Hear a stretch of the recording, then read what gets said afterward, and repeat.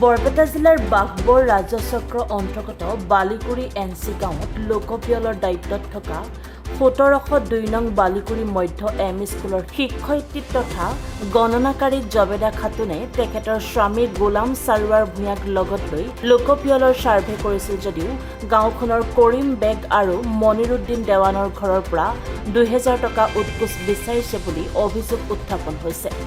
উল্লেখ্য যে কৰিম বেগৰ পুত্ৰ কামৰ সন্ধানত কিছুদিন ধৰি দিল্লীলৈ যোৱাৰ বাবে লোকপিয়লত নাম অন্তৰ্ভুক্ত নকৰে বুলি কৈছিল গোলাম সাৰোৱাৰ ভূঞাই। পিছত আকৌ ২০০০ টকা দিলেহে লোকপিয়লত নাম অন্তৰ্ভুক্ত কৰিব বুলি কয়। আনহাতে মনিৰুদ্দিন দেৱানৰ পুত্ৰক ঘৰত নথকাৰ বাবে বিচাৰিছিল ১০০০ টকা।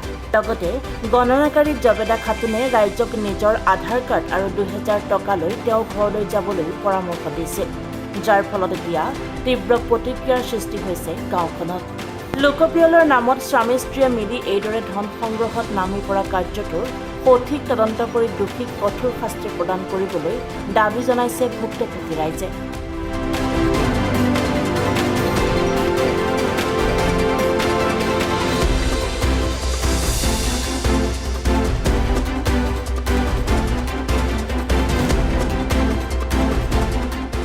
সাৰু ভূঞা আৰু তাৰ ঘৈণীয়েক মাষ্টাৰনী জবেদা খাতুনে আমাৰ ঘৰত তাৰমানে চেঞ্চাছ কৰিব আহিছে। আহিলে আমাৰ ল'ৰাটো আৰু তাৰমানে ইয়াত থাকে, বিদেশত থাকে আৰু কাম কৰিব গেছি।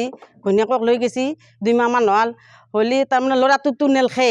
কৈ ল'ৰাটোতো নেলখো, কৈ কিয়া ল'ৰাটোত নেলখিবি কিয়া, কৈ নেলখো ২০০০ পইচা দিব লাগিব, তাৰ বাদে ল'ৰাটোতো লেখিম। তাৰপিছত আমি আমাৰ বাইফাকক ফোন কৰিলোঁ, বাইফাকে গেছি হোজাই গাড়ী লৈ। দুখীয়া মানুহ আমাৰ গাড়ী চলি খাবাই লাগিব। ফোন কৰি ক'লোঁ, কোৱাৰ পিছত বাইফাকক ফোন কৰিবলৈ কৈছে যে সৰু ল'ৰাটোক পাঠাই দি আৰু ২০০০ টকা দি তেতিয়াহে তোমাৰ ল'ৰাটোৰ হ'ব, চেঞ্চাছ হ'ব, নহ'লে নহ'ব।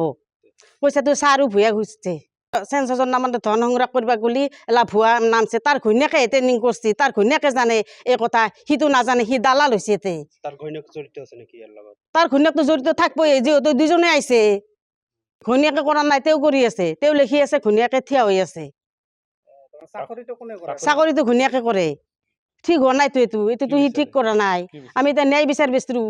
কেৱল আপোনাৰ পৰাই খুজিছে না আৰু বেলেগৰ পৰা খুজিছে? আৰু বেলেগৰ পৰা বেলেগ খুজিছে, আমি কিন্তু মুখে মুখে শুনি আছো। কাৰ পৰা খুজিছে?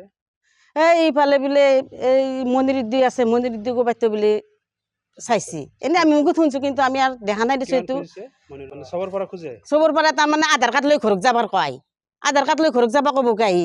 মোৰ ল'ৰাটোক সি বাৰে বাৰে কৈছে যে ল'ৰাটোক পাঠাই দি, আধাৰ কাৰ্ড দি পাঠাই দিবি, ৰাতি আধাৰ কাৰ্ড দি পাঠাই। কিয় ল'ৰাটো মোৰ গৈছে কাম কৰবা গুৱাহাটী, সেইদিনাই গৈছে, যেদিনা চেঞ্চাছ কৰিব সেইদিনাই গৈছে। মই ল'ৰাটোক ফোন কৰি আনিবা লাগে আৰু তাক আধাৰ কাৰ্ড দি পাঠাই দিবা লাগে। তাৰ কাৰণ কি? তাৰ কাৰণ সি পইচাৰ কাৰণে সি কৈ আছে ঘৰে ঘৰে কৰিব লাগিব। তাৰ ঘৰত যাবাৰ কৈছে, তাৰ ঘৰত আধাৰ কাৰ্ড লৈ যাবা কৈছে। ঘৰত আধাৰ কাৰ্ড যাই ল'ব মানে কিবা ২ নম্বৰী কাম আছে, সেইকাৰণে সি মাতছি। গিৰা ঘৈণীয়েকে জড়িত আছে, এতিয়াতো আৰু ঘৈণীয়েকে একলা কৰিব পৰা নাই।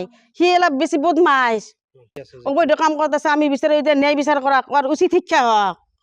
আমি তদন্ত কৰিব লাগে। হিমন্ত বিশ্ব শৰ্মাক আমি অনুৰোধ কৰি গ'লো এই কথাটো, এতিয়া যেন তদন্ত বিচাৰ হয়।